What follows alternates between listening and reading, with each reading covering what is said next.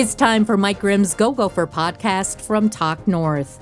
The Go Gopher Podcast is proudly presented by Sunbelt Business Advisors and True North Mergers and Acquisitions. Make the most for your life's work. Visit sunbeltminnesota.com or tnma.com. Cub sponsors the Go Gopher Podcast with Mike Grimm. Shop happy, shop Cub. PNC Bank also brings you the Go Gopher Podcast. PNC Bank, brilliantly boring. On X Maps sponsors the show. On X Maps, home to the best maps for outdoor adventures. And by Great Clips, get in, get out, look great with Great Clips. Don't forget to subscribe to follow the Go Gopher Podcast, which is always free to listen to. Now, from the Aquarius Home Services studio, here's 5-time Minnesota Sportscaster of the Year, the voice of the Gophers, and the host of the Go Gopher Podcast, Mike Grimm.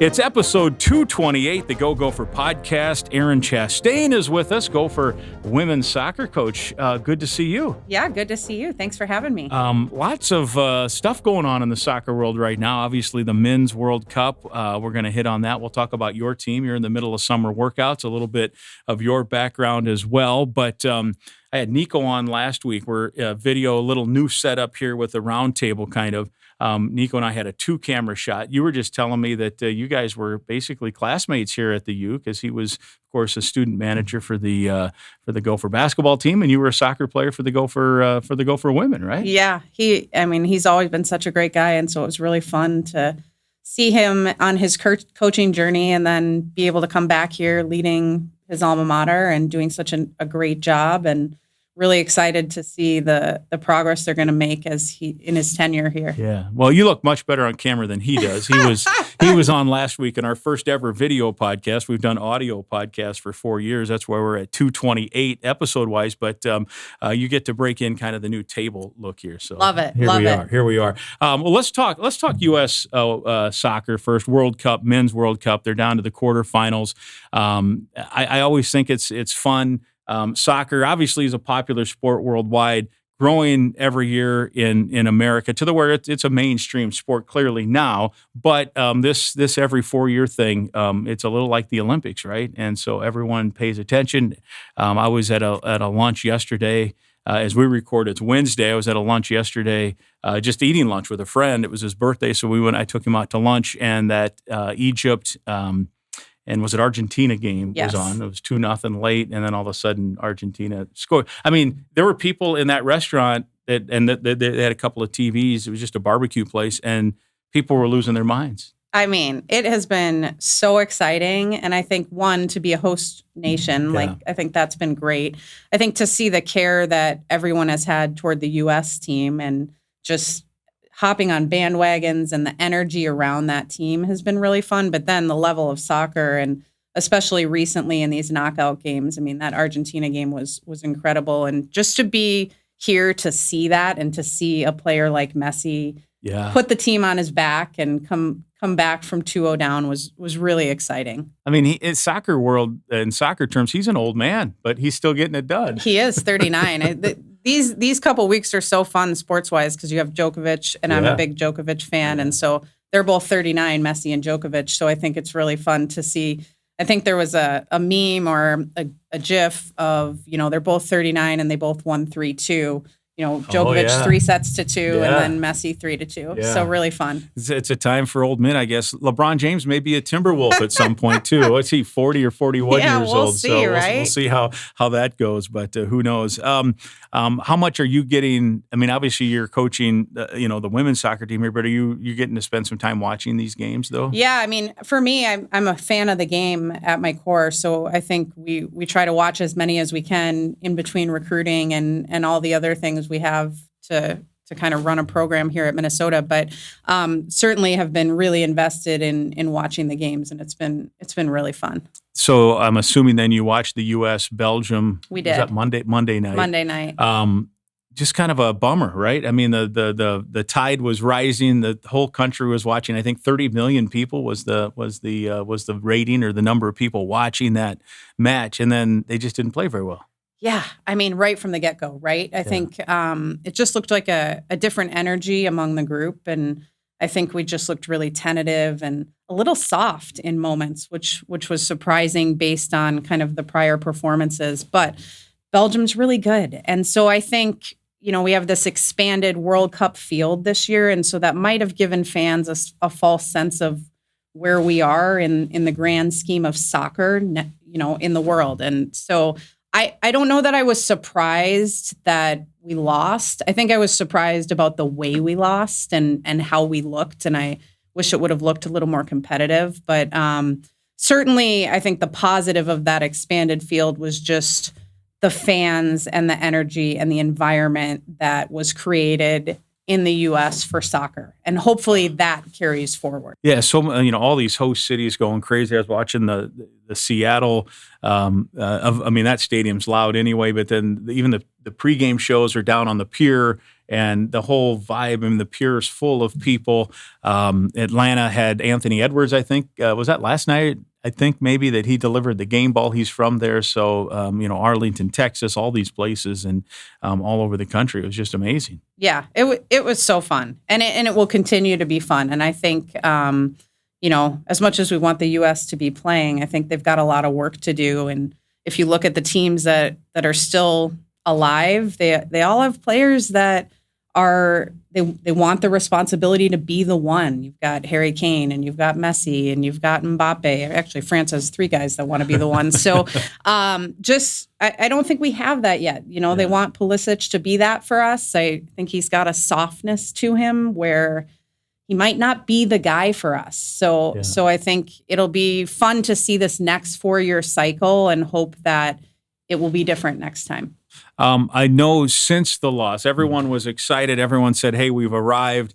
And then the trapdoor kind of falls out. Now everything goes negative for a minute, right? Because that's the nature of how I think Americans operate anyway. But there's been a lot of discussion within the soccer community and the soccer followers about the Europe model, especially in the pay for play, and is America behind? I heard someone this morning on the radio say we're 50 years behind still. I don't know. I have no idea. So I'll ask you, what is your thoughts on, first of all, just explain to people maybe, and I don't fully understand it, what the Europe model means, what you mean by that in terms of youth and moving up through, and how that some people would like that system kind of implemented here. Yeah, they really, it's more of a regional system, or I guess you could call it a state system, where kids play in their neighborhoods and that's their team. And if they're really special, they get pulled out to an academy program, and that's awesome. And they don't really have to pay for that experience. Whereas here in the United States, there's a lot of high-level leagues that are making a lot of money on youth sports. Right. And parents are paying a lot of money because they see dollar signs in what that could mean if their child is the one, right, which is rare. So, I even look at, my daughter plays in one of those leagues. And so we're paying fees that are very high, but consistent across the country. And then you're traveling to California and to North Carolina and to all these tournaments, and you're spending money on that. So really, when they say pay to play, if you're dropping $15 to $20K a year on your youth sport experience for your child, you're paying a lot of money. Yeah. And in Europe, they don't do that. And so could we have a system like that? I'm not sure. Yeah. I don't know if the U.S. can be like other countries. But certainly we'd like to see more players get the opportunity and not price players out. Right. And obviously that's successful in other countries. Yeah. And, part of that pay for play model, I think it is sometimes kind of crazy. You think about, hey, we're paying for a 12-year-old hockey, soccer, baseball, whatever it is, and 4 family members are going to hop on a plane and go someplace. When my son was 12, we all went to Cooperstown. My son was 14. We went to Omaha. We did some other tournaments, and it was not cheap. That said, now my son's 26 now. We still talk about the trip to Cooperstown. Yeah. It was an unbelievable experience. His team had some success out there. We beat a team from California that those kids were 12 at the time. They're 26 now. They still talk about beating the LA Reds in Cooperstown when they occasionally will get together. So there is some value. I mean, you're paying for soccer, you're paying for baseball, you're paying for whatever, but they're also, if you can make it a family trip or family excursion, it can also create some non-sports things or just good life experience too. Oh, I totally agree. And if you play baseball, you got to go to Cooperstown at some point, right? Exactly. Absolutely rewarding experiences for these young kids. But again, if we want the level to improve, then we maybe need to be accessible for more people. Yep. And so I think that's the piece where we haven't found the right balance yet. And you mentioned some parents kind of chasing that, either the dollar signs or, hey, my kid could get a scholarship. And now my kid did not play college baseball, but then I think, well, baseball gets 12 scholarships, right? And most of the scholarships aren't full. Sometimes and soccer is it's not every player on the Gopher roster does not have a full ride, right? Correct. So even sometimes that makes little sense to spend all that money with the hope that you're going to get a college scholarship that might be $2,000 a year for 4 years or something like that, right? Yeah, I think it's very idealistic, and and then you create parents that are crazy because they're paying all this money, so their expectations are a lot higher on what their kid's going to get from that, and I think that's an interesting dynamic for clubs to manage. So, I don't see it going away anytime soon. It's not. I know some people have called it a crisis. I wouldn't say it's a youth sports crisis. There are some adjustments that could be made, I suppose.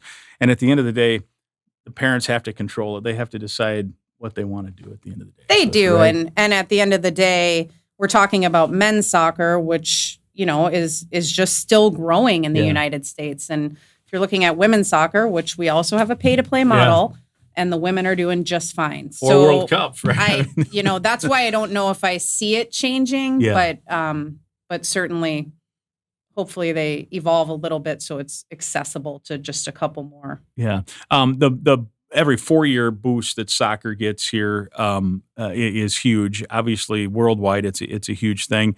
To kind of take me through what this can mean now. I mean, and we're going to talk about the '99 Women's World Cup here in a little bit. Your last name, people are going, hey, that last name sounds familiar. We'll talk about the connection certainly there from the '99 team. But to me, that was the bomb that set a whole bunch of, you're probably, well, I'm trying to put the math together live on the air Don't here. Do it. Yeah, don't do it. Don't it. do math live. But that event probably is catapulted either parents or young kids into girls or women you're coaching now, right? I mean, in terms of the generational pass it on. But this every 4 years World Cup, what do you see in terms of what it means to here in the U.S. soccer? Well, I think, it seemed like this is the most important sport in our country this past couple weeks. And so I think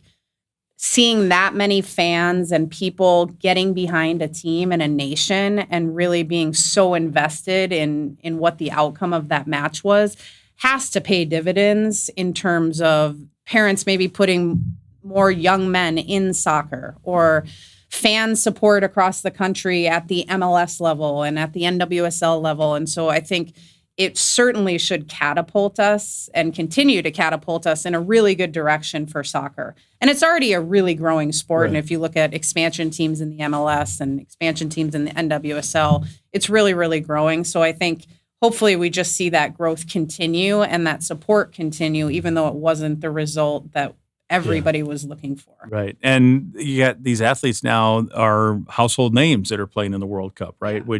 Which maybe 30 or 40 years ago, U.S. men's soccer, one, might not even have made it to this round of the World Cup, but two, probably not well known the way. No, and not wearing jerseys and not near the visibility that I think an NBA player would have. And now I think that's going to really catapult it. So I think that will be really, really fun to see. And the expectations that come along with that of, hey, they're wearing my jersey out there. And, what does that now look like for me the next 4 years in terms of my training and being ready for that next moment? So I think it'll be really fun to see. So I've got to ask you about why what is the difference? The women have been so good and they're popular, and for 30 years we've been watching young girls wear Mia Hamm jerseys or Brandy Chastain jerseys or what have you. Why has it worked for the women from such an early time here? Well, I think you can look at a team in '99 and a similar kind of experience, although results different in terms of a country getting behind a team and then inspiring the next generation. And I think you saw that early for the women. So you saw that in '99, and now look where we are. And right. So now this is really the first time we've seen that about men's soccer and about the U.S. men. And so now, can we have that same path or trajectory with the men going forward, where maybe a young boy is deciding, do I want to play soccer or do I want to play basketball? And maybe they're really good at both. And I think before basketball is going to be the choice, maybe it'll be soccer now. And maybe that will help us have some of the best athletes playing men's soccer. And that would be the hope, because as a true soccer fan, I want the U.S. to be good for the women and for the men. And I think that helps everybody. Yeah. Brazil next year for the women, 2027, kind of exciting, right? So exciting. Yeah. So exciting. We saw a glimpse of that. The U.S. went and played 2 friendlies at Brazil, I think, to get a taste of the different environment they're going to encounter when they're there. Just crazy fans. And so I think it will be so fun. The women's game is at such a great place where there's so much parity. There are some really fun top teams. The U.S. has a wonderful leader in Emma Hayes. And so I think it will be really an exciting time to watch women's soccer. How do you think right now, a year out, the U.S. is stacking in there? They got to be amongst the favorites, right? Are they the favorite in your mind? I think they're one of the favorites. Okay. I think Spain is really good. Brazil's good. The U.S. is good. England's good.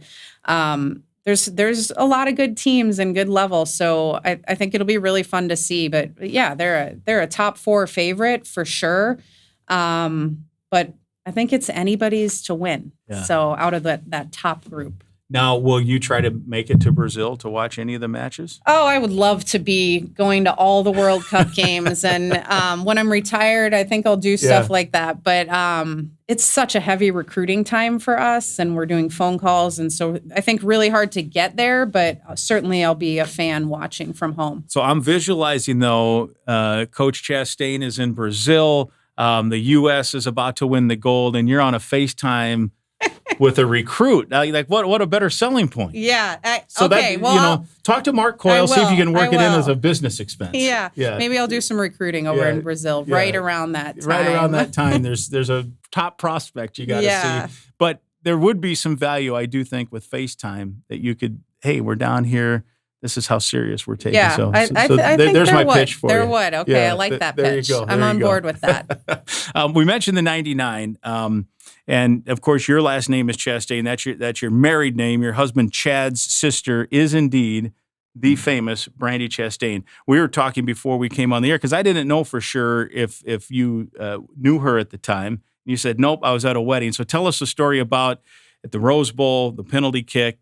Obviously, everyone knows that story, but that is such a major event that's one of those that you remember where you were when you watched it, and you remember. Yeah, I was at a wedding, and it was one of my good friends getting married, and I was in the wedding, and I think it was like a bridal party of like 8 of us, and we were all in the basement of the church watching the shootout. Because you're all soccer people, all right? soccer people, and we're waiting to walk down the aisle, and I think they were ready for us to walk, and then it went to a shootout, and I think we delayed it a little bit. But certainly, what a awesome moment for Brandy, and then for U.S. women's soccer. And again, as we said before, just kind of catapulted it to a wonderful place in this country. But certainly an awesome game, and then a really fun moment for Brandy. Yeah, and it was. So I was telling you too before we came on that I was out at the Rose Bowl last April, a year ago in April. I went to the AC/DC concert. I'm a rock guy, so I'm like, they're touring for the first time in 7 years. Let's go somewhere famous. And so my buddy and I went out there, and we're just standing there, and I looked over. I'm like, oh, they have a bronze statue of her. So I had to take a picture. It was pretty cool. But I mean, for her, and I'm sure you talked to her a lot. I mean, just one of the great moments in U.S. sports history, not just soccer history, but she can walk around the Rose Bowl and look at her own bronze statue there. Yeah, pretty sweet, right? Pretty sweet. Yeah. And I think what you said, it was just a moment in sports history, not women's sport history, not soccer, just across all sports, just a wonderful moment of celebration, of competition, and kind of just for the U.S. to say we've arrived, and for Brandy to say I've arrived, and I'm going to celebrate just like any soccer player celebrates when they score a huge goal. We've seen it in this World Cup. The shirt comes off, and the excitement is there, and that's what they do. So. Was that a spur of the moment? Have you talked to her about that celebration? Spur of the moment for sure. Yeah. I don't think you can, plan how a game goes and then say I'll be the fifth shooter. The best part about the story is that she took the penalty kick left-footed, and she's not left-footed, and she had missed a penalty kick earlier against the same goalkeeper earlier in the year, and so the coach said, "Hey, I want you to be the fifth shooter, but I need you to take it left-footed." And so for people that don't know that kind of even adds more to what a crazy good moment that is. Is that would that be similar to like somebody taking a free throw left-handed if they're right-handed, or how or a boxer changing what? I think free throw is probably a good descriptor, would be my guess. I mean, she's obviously capable on both feet, and I'm guessing, I don't know as much about basketball, but I'm guessing sometimes guys switch and have a different layup hand. Similar. Literally like that, yeah, that's pretty cool. So how often at family events or when you get together does that moment come up? I mean, is it just like a ho-hum now, or is it still pretty exciting when you guys get to talk about it? Oh, it's pretty ho-hum now, I guess. Sorry, Bran. Yeah. But I think, whenever we at home, if there's a commercial or, they're doing a Netflix movie on the 99ers. And so when we see something like that at home, it does get emotional in terms of it's still just wonderful to think about. But maybe ho-hum. It's been a while, right? It's been a minute. You can do the math on that one. 27, a long I guess, time. right? 27 years.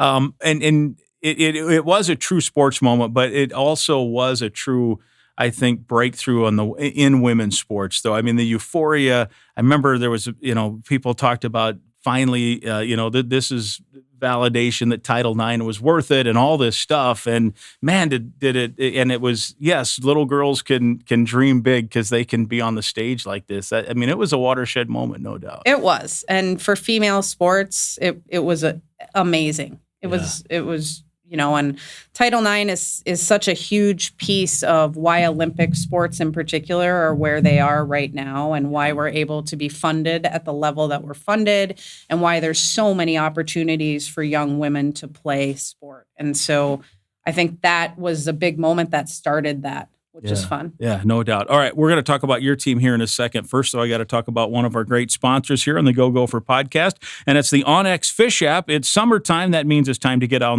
onto the water, and you can fish. And for that best fishing bite, use onX Fish from onX Maps. onX Fish is your pre-trip cheat code. Before you even pull the boat out of the garage, you can sort by lake, species, trophy, and keeper potential, so you're not guessing. You're going in with a plan. Summer means new water, too. Maybe you have driven by a lake for a number of years and never gone on it. Well, the onX Fish app gives you all the info you need before you even get on the water. You can filter for walleye, bass, panfish, whatever you're chasing, and see species abundant size data, and you can actually know what's in the lake before you launch your boat. Download the onX Fish from the onX store or visit onxmaps.com/fish. Fishing here and go to the lake you've been driving past for years and finally find out if it's worth the launch. onX Fish from onX Maps. Know what the happiest bird is? Chicken. Cub fried chicken. Wait, let me rephrase that. Know what bird makes people happiest? Cub fried chicken. Crispy, crunchy, juicy, perfectly seasoned. It's the kind of chicken that disappears faster than you can say, 8-piece, please. Or, let's be real, maybe 12-piece. Because when it comes to fried chicken, more just means more happy. So if you're shopping chicken, shop Cub fried chicken and shop happy.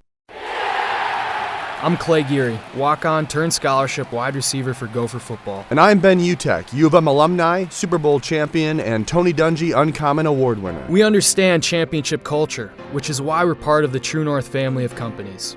True North invests in only elite teams, like the champion team at Sunbelt Business Advisors, Minnesota's largest seller of companies. To learn more about True North and our diverse family of independently owned companies, visit TrueNorthEquityPartners.com. Year 6 for you. Time flies. Year 6. Yeah. In some ways, it feels like year 6, and in some ways, it feels like year 1. Yeah. Is So that right? it's been really rewarding to be back here, and we're really excited about this fall coming up, and feel like we have a much more veteran team than last year, and so I think it'll be fun to see what we can do. You have been at the helm of this program at a time in athletics that has the landscape has changed so much in these 6 years, from transfer portal, name, image, and likeness, all this stuff. How has that impacted or affected how you go about your job of coaching soccer?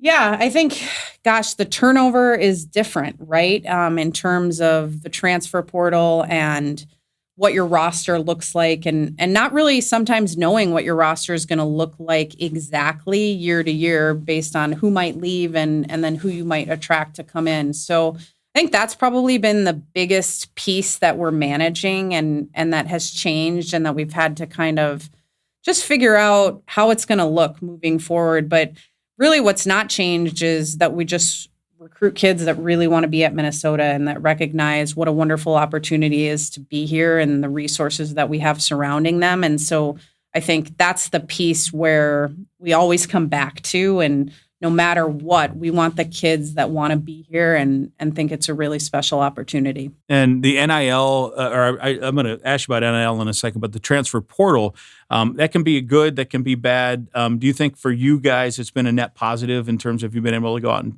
pluck some people that can help fill needs and those kind of things? I do. I think some of the transfers we've brought in have been tremendous for us. And we have 4 new transfers this fall, and we really like them all. I think they're really going to make a big on and off the field impact. So I look back at our transfers, and we use that in our recruiting about the role they've had, how many minutes they've played, what all conference kids we've had. So we really feel like that's been a positive for our program. Name, image, and likeness are you seeing some of your athletes being able to take advantage? Yeah, I mean, they do all sorts of brand stuff, and they're really able to market themselves and decide, what products they want to represent or be a part of. And, whether it's Viore, or they're doing energy drinks, or they're doing car dealerships, or Dick's Sporting Goods. I think there's lots of opportunities for the young women in our program, and they're really great spokespeople for sport and for brands, and I think brands really enjoy working with them. Yeah, and this is a pretty good soccer town too, right? I mean, the Twin Cities and the state. It's a great soccer town. Yeah. I mean, we have the Loons. Everyone loves the Aurora. Yeah.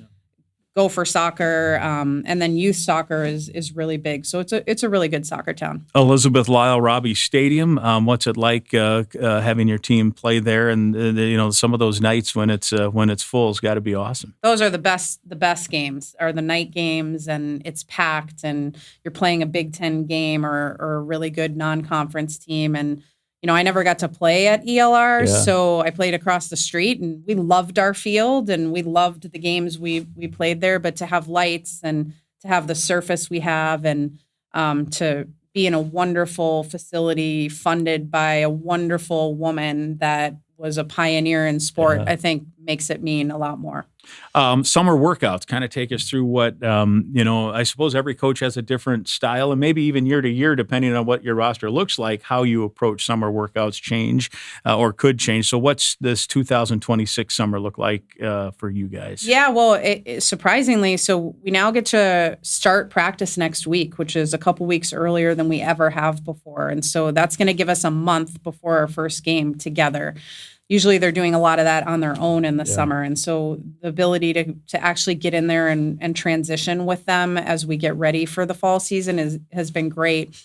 And it's also a really small freshman class. And so I think our group has a lot more veterans who know what a season feels like and know what the preparation looks like at the highest level. And so we're really excited about getting going next week. Most of our team has been in and out all summer working with our strength coach and doing everything that they can to be really ready right from the get-go. And so it's a really good group. Yeah, and you mentioned it's about a month. I mean, you guys play the first go each year. You guys kind of kick it off, no pun intended, with the first event. So mid-August, and Gopher soccer's ready to roll, right? Yeah, we play UND at home, and then we host Georgia on the Sunday. So it's a fun opening weekend for our group, and we'll have a night game and a day game against a really good team in UND and then a good SEC team. And so I think a really exciting weekend to get ready for our team. Sweet 16 2 years ago, how has that helped in terms of establishing some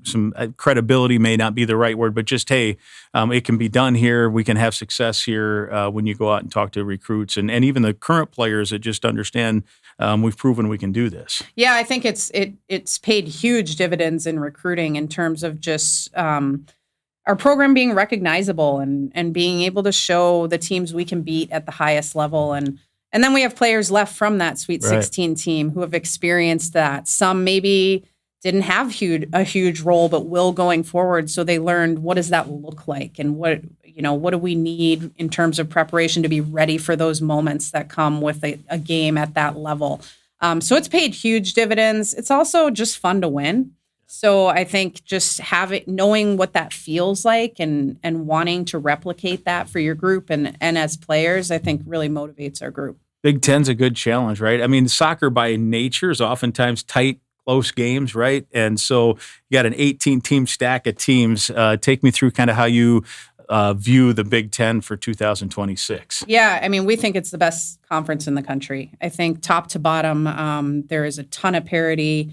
There's maybe a couple favorites every year, but outside of the couple, it's kind of anybody's game. And so I think even looking at the West Coast teams that came in, and UCLA is historically a top 5 team, and they came to ELR last year, and that was a 1-1 tie in a really tight game. And so I think the fact that anyone can win on any day makes it really, really exciting. But certainly top to bottom, we think it's the best soccer conference in the country. And how do you like how the maroon and gold can stack in with all those teams? Yeah, we're excited. I think we know we can be highly competitive. It's only an 8-team Big Ten tournament this year, and so that's new. It's typically been more. So it'll be every point really, really matters. And, you have the 7 no plays, and so you get the schedule you get, and you got to win games and be ready for every single moment. Always dangerous when you start picking out individual players because you're worried about some that you may forget. But I do have to ask you about some of your returners. Take us kind of through who are some of the athletes that you'll be counting on. Like if you want to do special things and get into that 18 tournament and make some noise in the postseason and all those things, who are some players you'll be counting on? Yeah, I mean, luckily when I look at the list, it's big and it's a veteran group in terms of we just have a really big senior class, and I always think teams that do well typically have a lot of veterans who are ready for big moments and to make big plays. Sarah Martin will be in goal. She's a returning senior. She's had a wonderful offseason, and so we expect really big things from her. Caroline Birdsell is a returning forward. I think she's also had a really productive summer. She was injured all last summer prior to her season, so her preparation has looked really different, and that's been really fun.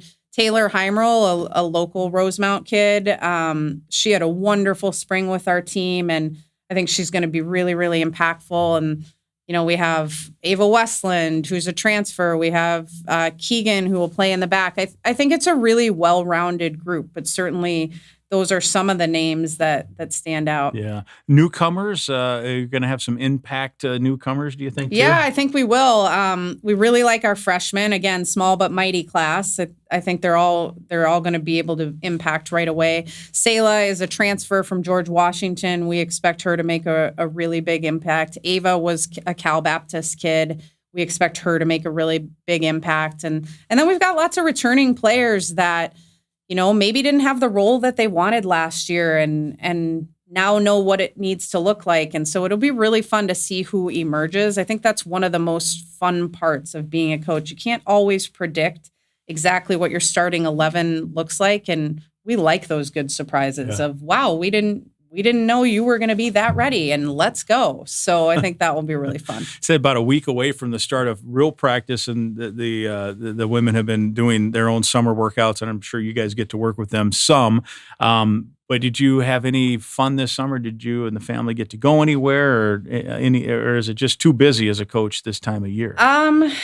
It's too busy. Actually, so for the first time, I actually had like a joint recruiting trip / watching my daughter play, because it was at an event that I always go to every year, and she happened to be old enough to play in this year. And so I guess that was a fun little trip and experience for us. And then I have a rising college freshman. And so we did orientation at University of Kentucky, which is where she's going to go. A Wildcat, huh? A Wildcat. So that was bittersweet, I think, more than anything else. But so otherwise, just lots of World Cup, Wimbledon, watching sports and hanging out. So who's your pick for the men's World Cup? What country, what team? Yeah, gosh, I think France is the most talented, but England somehow has my heart for this World Cup. Yeah. I love Harry Kane, so I'd love to see them pull it out. There's so many good storylines. I think it's really hard to pick when we think about those teams, but I think I'm rooting for England. He had the 2 goals. Who did they beat? They were down. So they beat, I should know this. Yeah, I can't remember off the top of my head either, but he had 2 late goals basically, right? He had 2 late goals. Yeah. And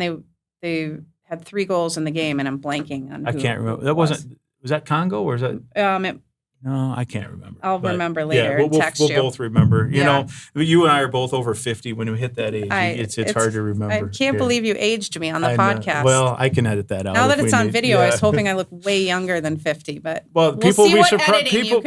People be surprised. There's no way she's over 50. Yeah, that's what it'll be. How about Wimbledon? Who do you like in Wimbledon? Well, I love Djokovic, and I'm a huge tennis fan, and so I would love to see him win another Grand Slam. That would be a great way to. I shouldn't say to leave, because he might play another 4 or 5 years, but I think it's safe to say he's on the he's on the downward track toward retirement at some point. So it'd be a good exclamation point. It'd be really fun. It's been amazing. Yeah, really for fun. Sure. I always root for the.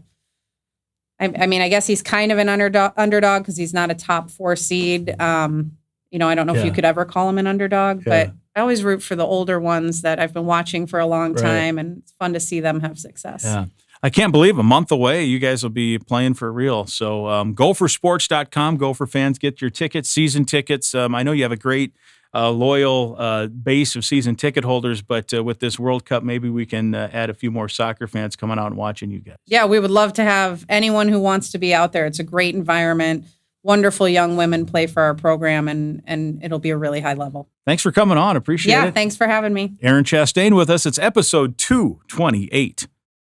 This is Jim Suhan for TSR Injury Law, 612 TSR time. TSR Injury Law started off as a small business. They are now a large, very successful business because they help people, because they win cases. If you are injured, call 612 TSR time. They will help you out or point you in the right direction. They will not charge you unless they win your case, and they win a lot of cases. We don't want you to need their help. They don't want you to need their help. But if you do need their help, call 612 TSR time.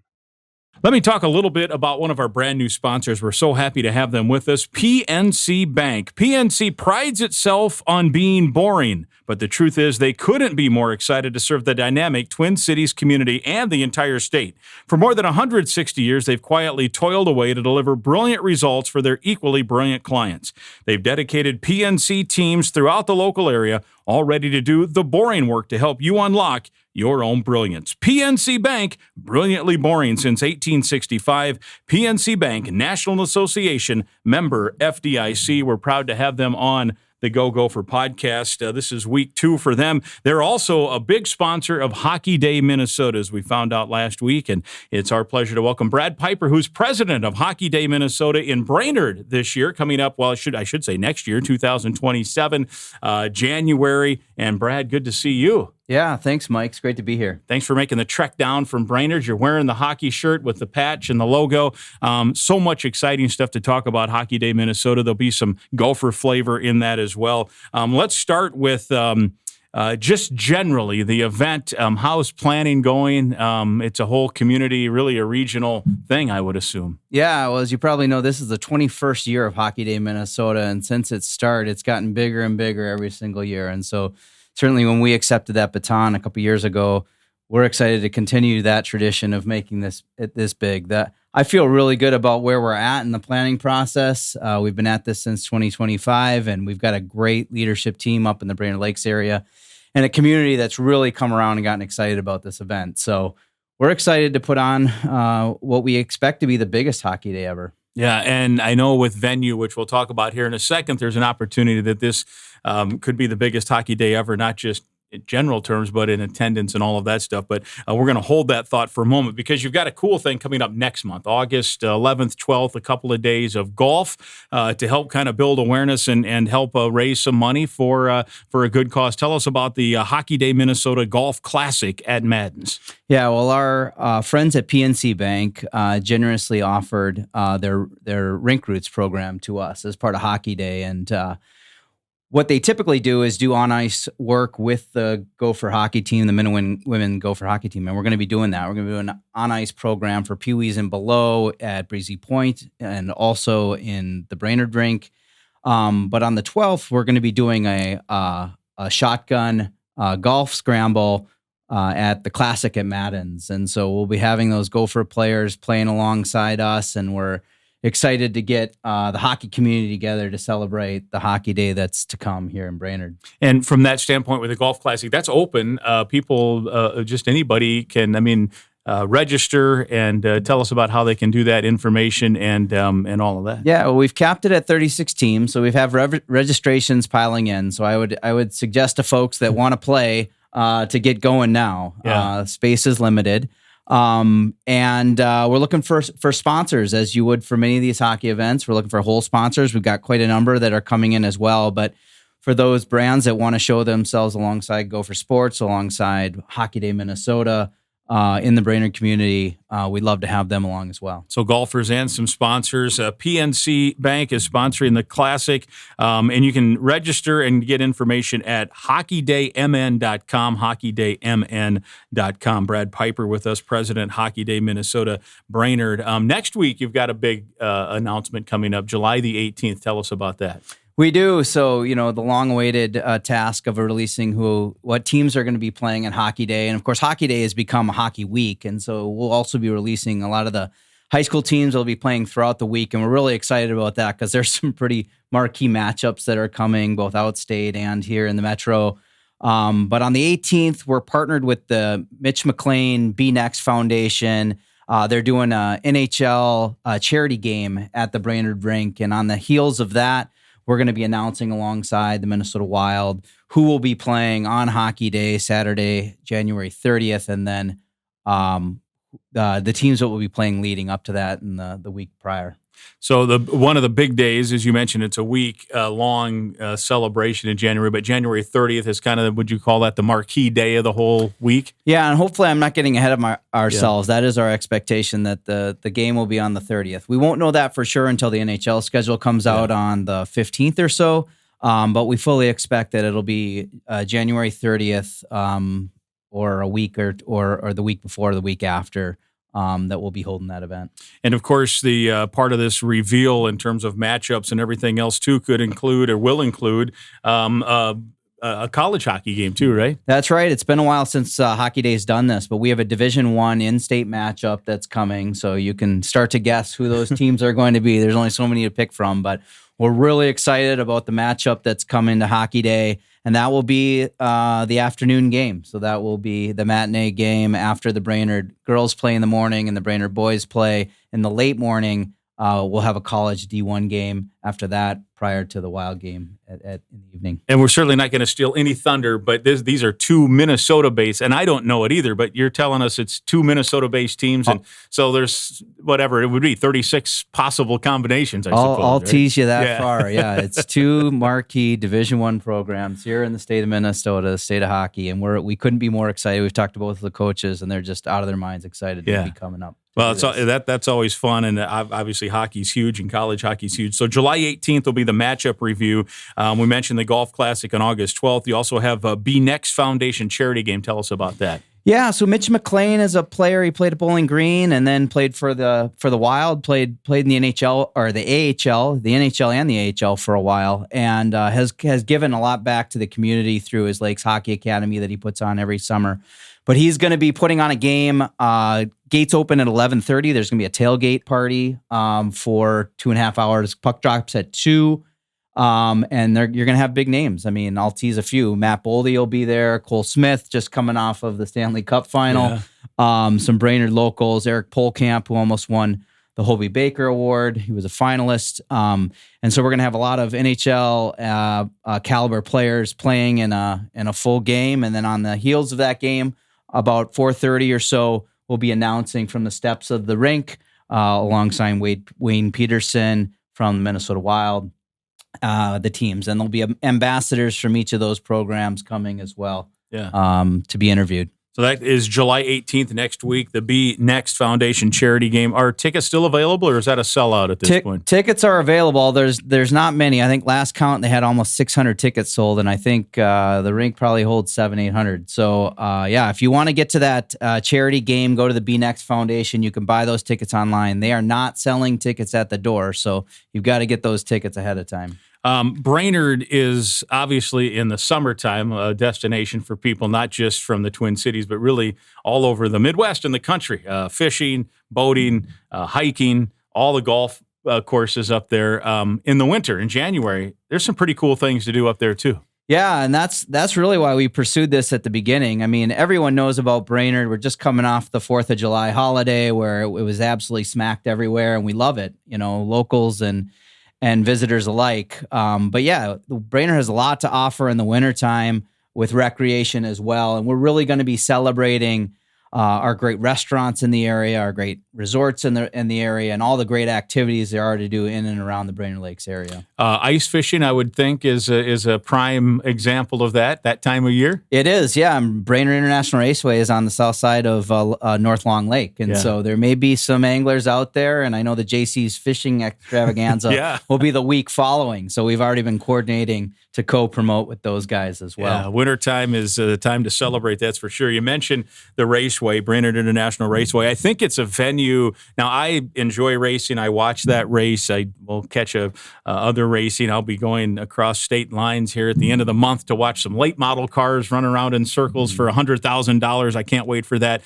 Drag racing, the NHRA comes up to Brainerd every August, and I still have to make my way up there. I've been to some drag racing, but the calendar is just, in all my time here, has not cooperated well enough, but maybe this will be the year, one of these years. But that venue, I think, maybe one of the more underrated venues in the state. And think about how hockey can now play a part with the history of that place. That's right. So in 2022, when we invited the Wild up to tour some spots, Brainerd International Raceway was not on the list. And so we went through 5 venues. We looked at a bunch. We settled on one. And then we had the CFO of BIR with us on the tour, and he said, well, why don't you come check out the racetrack? And so we'd all been there, but we never really thought about it in this context. And we walked through the front gate, and we envisioned the fan village, and we went around the back of the grandstand and saw the drag strip and just thought, wow, we're going to put a rink on this. This might be the first outdoor game ever played on a racetrack. It's crazy. This is the place we want to do it. The infrastructure's there. They're used to taking on this many people and many more. And so it is the best venue that we have in the Brainerd Lakes area to put on an event like this. And that property itself, it's not just the drag strip. There's a road course and other things. So I'm guessing that makes for a great host site for all kinds of other activities off the ice, so to speak. And we're going to be utilizing all of it. So the fan village is going to be expansive. We're going to be having snowmobiles, demos out there. We're going to be using the condo buildings, the wheelie bar. Everything that's out at BIR is going to be involved in this event. And so it is the perfect place. And, just to put a shameless plug in for them, Nationals is coming in August. Yeah. We have some hockey ties coming into that, just like we did at Lakes Jam recently. And so if there ever was a year to come to BIR Nationals, this would be the year. If you're a gearhead and a puckhead, this is the year to go watch. And I'm assuming you've been to the NHRA when they're in town. I have. When those cars take off, is that one of the most exhilarating things you've ever heard? Well, those of us that have houses 5 miles away, we know when the NHRA is going because you hear it. And we love it. I mean, that's why people come. We want events that bring people to our community. We're Minnesota's home for hospitality.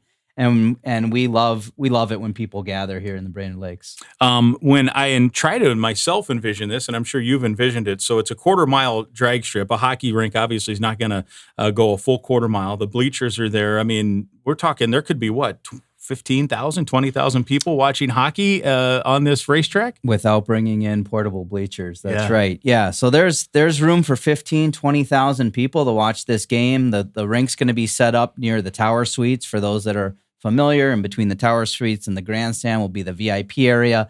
And the game's going to look down the return track. And so they've dropped it and butted it right up against the fencing in front of the grandstand. So there's going to be great viewing areas for everybody. They're, whether you're high or low, it's going to be a great place to watch hockey. Man, it's so fun. Yeah, it'll be roughly the last week of January, Hockey That's Day, the plan. Minnesota 2027. Brad Piper with us. One quick final plug again for the Golf Classic, PNC Hockey Day Golf Classic. That's coming up next month, August the 12th.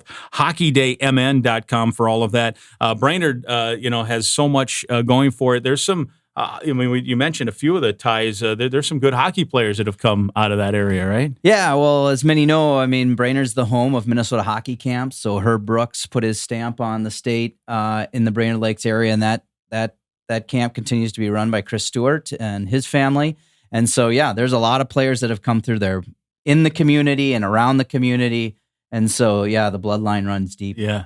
Brad, what do you do when you're not planning Hockey Day Minnesota for real life? Well, my side gig at the moment is I'm the CEO of American Peat Technology in Aiken. We're kind of an ag tech business helping farmers grow crops and golf courses grow grass, and we treat some water, and we make some whiskey actually down here in Minneapolis. Wow, how about as well. that? Yeah. Might have to have a taste test when we come up next month because I'll be there as well as part of this Hockey Day Minnesota Golf Classic, which will be fun. Next week, the fun really begins with the reveal of some of the matchups. Yeah, we're so excited for everything that's to come. The event in January, but we have events coming each month leading up to January, and so we invite you and yours to come see us. HockeyDayMN.com for all the details. Brad, thanks so much. Appreciate you spending some time with us here. Yeah, so great to be with you, Mike. All right, Brad Piper, he's president of Hockey Day Minnesota. Brainerd should be just a great event, and this is the Go Gopher Podcast.